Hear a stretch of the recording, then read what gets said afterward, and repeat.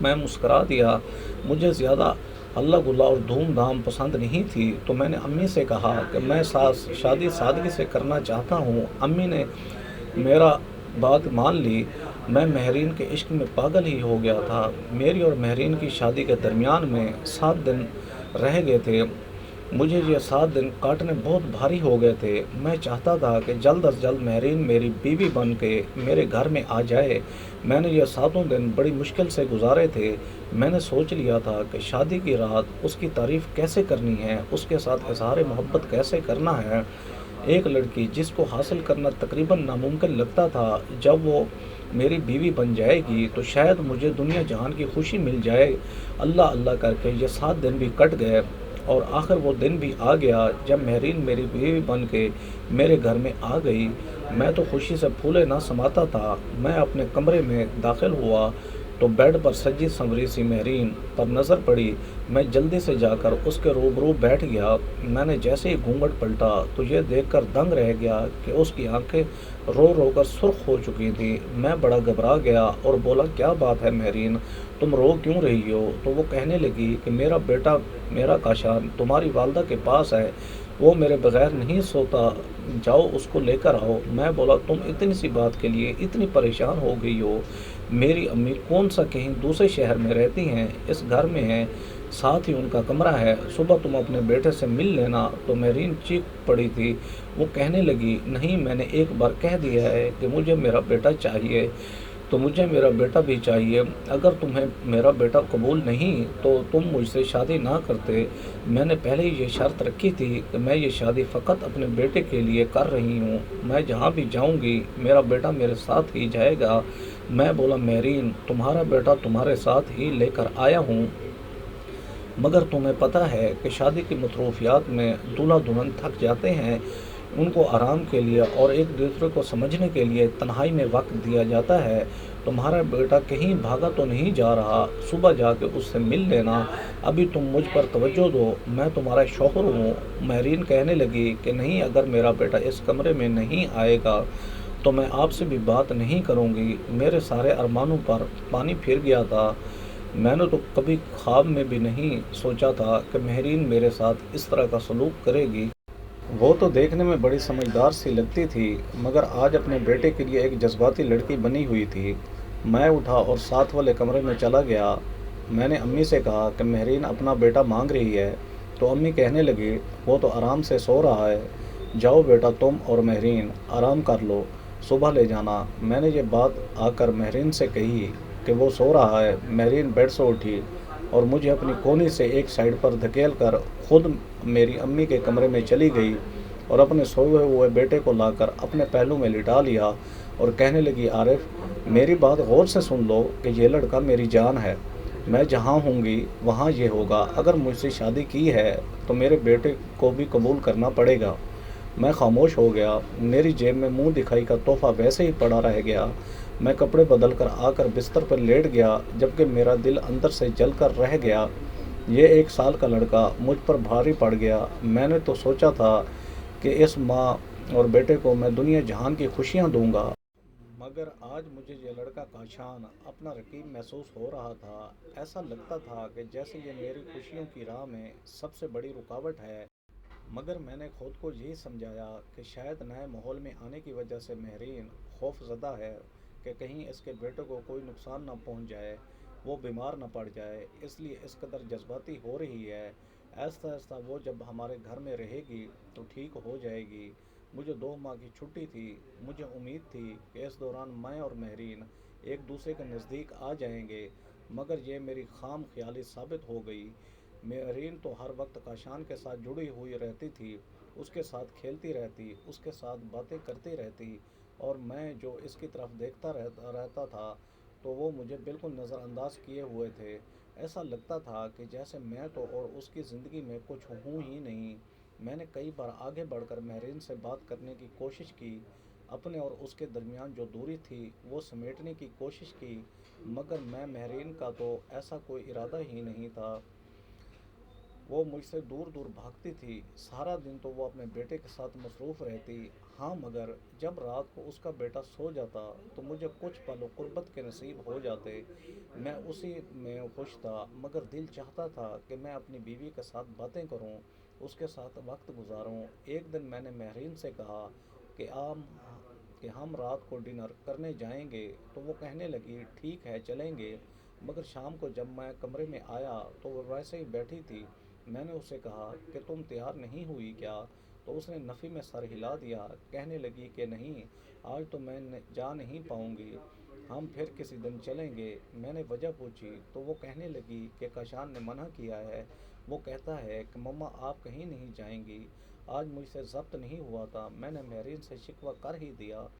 میں نے کہا تم اس مرد کی اولاد کو سینے سے لگا کر بیٹھی ہو جس نے تمہیں طلاق دے دی، تمہیں چھوڑ دیا، تمہیں در در کے دھکے کھانے پر مجبور کر دیا، اور تم اس مرد کی اولاد کے لیے مجھے ٹھکرا رہی ہو۔ تو وہ کہنے لگی کہ نہیں، یہ اس کی اولاد نہیں، یہ صرف اور صرف میری اولاد ہے، یہ بیٹا میرے سابقہ شوہر سے منسوب نہیں ہے، یہ صرف میری ذات سے منسوب ہے، صرف میرا بیٹا ہے۔ اتنا کہہ کر مہرین کمرے سے نکل گئی۔ وہ اپنے بچے کے لیے اس قدر جذباتی تھی کہ اس کی خاطر میرے ساتھ بدتمیزی کرنے سے بھی گریز نہیں کرتی۔ میں نے سوچ لیا کہ اگر گھی سیدھی انگلی سے نہیں نکلتا تو مجھے انگلی ٹیڑھی کرنی پڑے گی۔ میں نے دبئی کے لیے مہرین کا ویزا بھی اپلائی کر دیا۔ اب میرا اور مہرین کا ویزا اکٹھا ہی تھا۔ میں نے مہرین سے کہا کہ ہم دونوں ہی جائیں گے، تو مہرین حیران رہ گئی، کہنے لگی ہم دونوں کا کیا مطلب ہے؟ میں تو کاشان کے بغیر کہیں نہیں جاؤں گی۔ میں نے اس سے کہا کہ ہاں کاشان بھی ہمارے ساتھ جائے گا، مگر اس کا ویزا 1-2 دن لیٹ ہو گیا ہے، تو وہ ہمارے پیچھے آ جائے گا۔ میرے ایک دوست کی فیملی بھی دبئی آ رہی ہے، تو کاشان ان کے ساتھ آ جائے گا۔ مہرین نے صاف انکار کر دیا کہ میں نہیں جاؤں گی، میں اپنے بیٹے کو ساتھ لے کر جاؤں گی۔ میں نے اسے سمجھانے کی بڑی کوشش کی کہ کاشان کا ویزا بھی آ جائے گا، وہ بھی ہمارے ساتھ رہنے کے لیے دبئی آ جائے گا، مگر مہرین اپنی ضد سے ہٹنے کے لیے راضی نہیں تھی۔ میں نے مہرین سے کہہ دیا کہ تم میرے ساتھ دبئی نہیں جاؤ گی تو میں تمہیں طلاق دے دوں گا۔ یہ بات سن کر مہرین گھبرا گئی، اور پھر اس نے میرے ساتھ جانے کا ارادہ کر لیا، مگر فقط ایک شرط پر کہ میں کچھ ہی دنوں میں کاشان کو بھی دبئی بلا لوں گا۔ میں نے اس سے کہہ دیا کہ ہاں ایسا ہی ہوگا۔ میں مہرین کو لے کر دبئی آ گیا۔ مجھے ایسا لگتا تھا کہ دبئی آ کے میری اور مہرین کی زندگی مکمل ہو جائے گی۔ بہت حد تک ایسا ہوا بھی، مگر مہرین کاشان کے لیے روتی رہتی تھی۔ وہ مجھ سے کہتی کہ میرے بیٹے کو بلا لو، نہیں تو مجھے واپس بھیج دو۔ میں نے اسے کہہ دیتا کہ ہاں ویزا آ رہا ہے۔ یہی کرتے کرتے 1 ہفتہ گزر گیا۔ ایک دن مہرین کی طبیعت خراب ہو گئی، اس نے بہت تیز بخار تھا، وہ بخار کی حالت میں بھی اپنے بیٹے کو پکار رہی تھی۔ مجھے مہرین کی یہ حالت دیکھ کر بہت ترس بھی آیا۔ میں نے سوچا کہ مجھے ماں بیٹے کو جدا نہیں کرنا چاہیے، مگر پھر سوچتا کہ مجھے اپنی خوشیوں کے لیے یہ سب کرنا ہے۔ کاشان کی موجودگی میں تو مہرین مجھ پر توجہ ہی نہ دیتی، وہ ساری زندگی کے لیے اللہ حاصل بن کر رہتی۔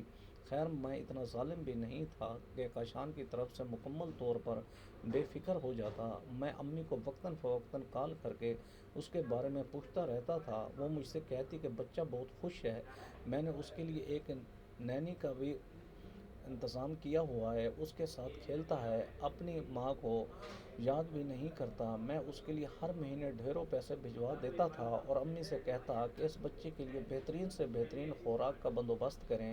مہرین بہت چڑچڑی ہو گئی تھی، مگر اس بیچاری کی تو میرے سامنے چلتی ہی نہیں تھی۔ وہ روتی دھوتی رہتی، مجھ سے کہتی کہ آپ تو کہتے تھے کہ کاشان کا ویزا آ جائے گا، مگر ابھی تک اس کا ویزا کیوں نہیں آیا؟ تو میں بولا مہرین، کمپنی والے اس کا ویزا نہیں دے رہے، وہ کہتے ہیں کہ ابھی تو تمہاری شادی ہوئی ہے اور ابھی تمہارا بیٹا کیسے ہو گیا؟ میں نے ان کو سمجھانے کی کوشش کی ہے کہ یہ بچہ میری بیوی کے سابقہ شوہر کا بیٹا ہے، دیکھو اب کیا بنتا ہے۔ میں نے سوچا تھا کہ میں اور مہرین مکمل زندگی گزاریں گے، خوشیوں بھری زندگی، مگر ایسا ہوتا ہوا ممکن نظر نہیں آ رہا تھا۔ مہرین ہر وقت اداس رہتی تھی، وہ روتی دھوتی رہتی تھی، اس کی صحت بھی خراب ہو گئی تھی، رنگت زرد پڑ گئی تھی، بال سارے جھڑ گئے تھے۔ ایک دن میں جب آفس سے گھر واپس آیا تو دیکھا کہ مہرین بے ہوش پڑی ہے۔ میں جلدی سے اس کو ہسپتال لے کر گیا تو ڈاکٹرز نے بتایا کہ اس نے کسی چیز کا شدید صدمہ لیا ہے۔ مریضہ ایک بہت لمبے عرصے سے ڈپریشن کا شکار رہی ہے، وہ بے ہوشی کی حالت میں بھی اپنے بیٹے کو پکار رہی تھی۔ یہ سب باتیں سن کر تو میں اپنی ہی نظروں میں گر گیا، میرا دل بہت دکھ ہوا، میں تو کسی حیوان سے بھی بدتر ثابت ہوا۔ میں نے مہرین کے ساتھ بہت برا کیا۔ ڈاکٹر نے مہرین کو ہسپتال میں ایڈمٹ کیا، اس کے ہوش میں آنے کا انتظار تھا، جبکہ میں باہر بینچ پر بیٹھ کر خود کو کوس رہا تھا۔ میں اتنا کیسے گر گیا تھا کہ میں نے ایک ماں سے اس کے کمسن بچے کو 2 سال دور رکھا تھا، وہ اپنے 1 سال کے بیٹے کو چھوڑ کر آئی تھی، اب تو وہ 3 سال کا ہو گیا ہوگا۔ وہ مسکراہٹیں، وہ کھلکھلاہٹیں، وہ پھولے پھولے گال، وہ لڑکھڑا کر چلنے کی کوشش، جو ایک ماں کی زندگی سب سے انمول چیزیں ہوتی ہیں، وہ میں نے مہرین سے چھین لی تھی۔ کہنے کو تو میں اس سے محبت کرتا تھا، مگر یہ کیسی محبت تھی جو ایک لڑکی کی زندگی تباہ کر دے۔ ایسی محبت تو شاید درندے بھی نہ کرتے ہوں۔ مجھے خود سے گھن آ رہی تھی، میری آنکھوں سے آنسو برس رہے تھے۔ میری محبت نے مہرین کو کیا دیا تھا؟ کچھ بھی تو نہیں۔ میں نے تو اس کی زندگی کو غموں سے بھر دیا تھا۔ دبئی جانے سے پہلے بھی اور دبئی جانے کے بعد بھی میں نے شروع میں جس لڑکی کا بتایا تھا کہ مجھے اس سے محبت تھی، وہ کوئی اور نہیں بلکہ مہرین ہی نہیں، آنٹی جمیلہ کا ہمارے گھر بہت آنا جانا تھا، ان کے ساتھ ان کی دونوں بیٹیاں بھی آیا کرتی تھیں۔ میں نے محسوس کیا تھا کہ نادیہ مجھ میں دلچسپی لیتی ہے، شاید مجھے وہ پسند کرتی ہے، مگر مجھے تو مہرین اچھی لگتی تھی۔ مہرین کے آگے تو کسی کا حسن نہیں ٹکتا تھا۔ مہرین کے لیے میرے دل میں جو پسندیدگی تھی وہ جنونیت اختیار کر گئی۔ مجھے ایسا لگتا تھا کہ میں اسے کبھی بھی حاصل نہیں کر پاؤں گا، اس لیے میں نے دبئی جانے سے پہلے ایک دن اسے سڑک سے بے ہوش کر کے اغوا کر لیا۔ میں اسے اپنے دوست کے فلیٹ پر لے گیا، دوست گھر پر نہیں تھا۔ میں نے مہرین کی زندگی تباہ کر دی اور اس کے ہوش میں آنے سے پہلے میں اس کے گھر کے پاس اسے پھینک آیا۔ میں دبئی آ گیا، مگر مجھے پتہ چلا کہ آنٹی جمیلہ نے بدنامی کے ڈر سے یہ بات چھپا لی تھی، انہوں نے کسی کو خبر نہ ہونے دی تھی۔ پھر مہرین کی شادی کر دی گئی۔ مجھے 100% یقین ہے کہ مہرین کے پہلے شوہر نے اسے طلاق بھی اسی وجہ سے دی ہوگی۔ میں نے تب بھی مہرین کو رسوا کیا اور اس سے شادی کرنے کے بعد اس کے جذبات کو رسوا کرتا رہا۔ وہ اپنے بیٹے کے لیے روتی تو میں سر جھٹک دیتا۔ میں نے رو رو کر مہرین کے صحت یابی کے لیے دعا کی۔ اللہ نے مجھے جیسے گناہگار کی لاج رکھ لی۔ مہرین کو ہوش آ گیا، وہ 2 دن تک ہسپتال میں ایڈمٹ رہی۔ جب وہ ٹھیک ہو کر گھر آئی تو میں نے اسے بتایا کہ ہم دونوں پاکستان جا رہے ہیں، مجھے معاف کر دو، میں اب کبھی بھی تمہارے بیٹے سے جدا نہیں کروں گا۔ میں حسد کا شکار ہو گیا تھا۔ میں نے سوچا کہ تم اپنے سابقہ شوہر کے بیٹے کو مجھ پر فوقیت دیتی ہو۔ مہرین بہت کمزور ہو چکی تھی، اس نے نفی میں سر ہلا دیا، اس کی آنکھیں بھیگی ہوئی تھیں۔ وہ کہنے لگی، عارف، یہ میرے سابقہ شوہر کا بیٹا نہیں ہے، شادی سے پہلے کسی لڑکے نے مجھے اغوا کر لیا تھا، شام تک وہ مجھے گھر چھوڑ گیا تھا، مگر امی میری حالت دیکھ کر ہی پہچان گئی تھی کہ کیا گھٹنا گھٹی ہے، اس لیے انہوں نے میرے لیے آنن فانن رشتہ ڈھونڈا اور مجھے رخصت کر دیا۔ میرا پہلا شوہر اچھا تھا، اس نے مجھ سے کہا کہ جب تک ہم دونوں ایک دوسرے کو سمجھ نہیں لیتے، شادی شدہ زندگی کا آغاز نہیں کریں گے۔ ایک دن میری طبیعت خراب ہو گئی، ڈاکٹر کے پاس لے کر جایا گیا تو پتہ چلا میں تو حاملہ ہوں۔ میرا شوہر تو حیران رہ گیا، وہ مجھ سے کہنے لگا کہ تم شکل سے تو ایسی نہیں لگتی۔ میں نے اسے ساری بات بھی بتائی، اس سے کہا کہ اس میں میری غلطی نہیں ہے، مگر وہ مجھے قبول نہیں کر پایا۔ وہ اس بچے سے جان چھڑانا چاہتا تھا، مگر میری ممتا بے چین ہو گئی۔ شادی کے 7 ماہ بعد ہی میں نے کاشان کو جنم دے دیا۔ لوگ حیران نہیں ہوئے تھے کیونکہ ہم نے یہی بتایا تھا کہ کوئی پیچیدگی ہو گئی، اس لیے بچہ جلدی پیدا ہو گیا۔ میرا شوہر بچے سے دور دور رہتا تھا۔ ایک دن میں کمرے میں نہیں تھی، بچے کے رونے کی آوازیں آ رہی تھیں۔ جب میں نے کمرے میں جا کر دیکھا تو حیران رہ گئی کہ وہ فقط 3 ماہ کے بچے کو بری طرح سے پیٹ رہا تھا۔ تب میں نے سوچ لیا کہ اس شخص کے ساتھ نہیں رہا جا سکتا۔ میں نے اس سے طلاق لے لی۔ میں نے اپنے بچے کی خاطر سٹینڈ لیا اور پھر دوبارہ اسی کی خاطر شادی بھی کی، مگر تم نے یہ ثابت کر دیا کہ میں نے تمہارے ساتھ شادی کر کے غلط کیا، عارف۔ میں خاموش تھا۔ مجھ پر سکتہ طاری ہو گیا۔ میری بیوی نے مجھے یہ کیسی بات بتا دی؟ وہ بچہ کا شان کسی اور کا نہیں بلکہ میرا ہی بیٹا تھا۔ باپ کے ہوتے ہوئے بھی وہ یتیموں جیسی زندگی گزار رہا تھا۔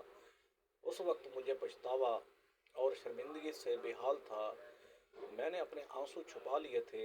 میں مہرین کو لے کر پاکستان آیا تو ایک اور صدمہ میرا منتظر تھا۔ کاشان تو میری امی کے پاس موجود ہی نہیں تھا۔ امی کہنے لگی اس بچے کو نادیہ لے گئی تھی، اس نے کہا تھا کہ وہ اس کا خیال رکھے گی۔ میں اور مہرین اس کی والدہ کے گھر گئے۔ نادیہ سے بچے کے متعلق پوچھا تو اس نے بتایا کہ وہ بچہ عیدی سینٹر دے آئی ہے۔ مہرین تو زمین پر گر گئی، اس کی حالت مزید بگڑ گئی تھی۔ وہ چیخیں مار مار کر بین کر رہی تھی۔ میں نے مہرین کو یقین دلایا کہ میں تمہارا بچہ ڈھونڈ لاؤں گا۔ نادیہ نے کاشان کے ساتھ یہ سب حسد میں کیا تھا کیونکہ وہ مجھے چاہتی تھی، مگر میں نے مہرین سے شادی کر لی۔ اس نے مہرین سے بدلہ لیا تھا۔ مہرینہ اپنی والدہ کے گھر ہی رہ گئی، جبکہ میں اپنے گھر آ گیا۔ پورے 3 مہینے کی دوڑ دھوپ کے بعد آخر کار کاشان دوسرے شہر کے عیدی سینٹر سے مل چکا تھا۔ وہ آرام دہ حالت میں تھا، وہاں اس کا خیال بھی رکھا جا رہا تھا، مگر اپنوں کی جدائی نے اس کی شخصیت مسخ کر دی تھی۔ اس کی حالت دیکھ کر میں بے چین ہو گیا۔ میں نے مہرین سے اس کے بیٹے کو ملا دیا تو مجھے ایسا لگا کہ آج مہرین کے ساتھ ساتھ آسمان، سمندر اور دریا بھی مسکرائے ہیں۔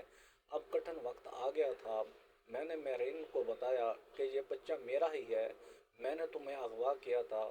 مہرین سکتے میں تھی، وہ فقط اتنا ہی بولی تھی، درندے، اور پھر اس نے مجھ سے منہ موڑ لیا۔ میں گھر واپس آ گیا۔ مہرین نے مجھ سے خلا لے لی۔ آج میں 55 برس کا ہو چکا ہوں۔ والدہ کے انتقال کو تو زمانے بیت گئے ہیں۔ میں تنہا ہوں، میرے ہاتھ خالی ہیں۔ میں نے ہر چیز کو زبردستی حاصل کرنے کی کوشش کی تھی تو میں تنہا رہ گیا۔ کاش مجھے پہلے ہی اس بات کا اندازہ ہو جاتا کہ جو چیز آپ کی نہیں ہے وہ آپ کے جبڑوں سے بھی نکل جاتی ہے۔ میرے گناہ نے مجھے برباد کر دیا۔ برائے مہربانی ناظرین میرے چینل شوکت وائس کو سبسکرائب کریں اور بیل آئیکن کو ضرور دبائیں تاکہ آپ کو ہر آنے والی نیو ویڈیو کا نوٹیفیکیشن بر وقت مل سکے۔ Thanks for watching. اللہ حافظ۔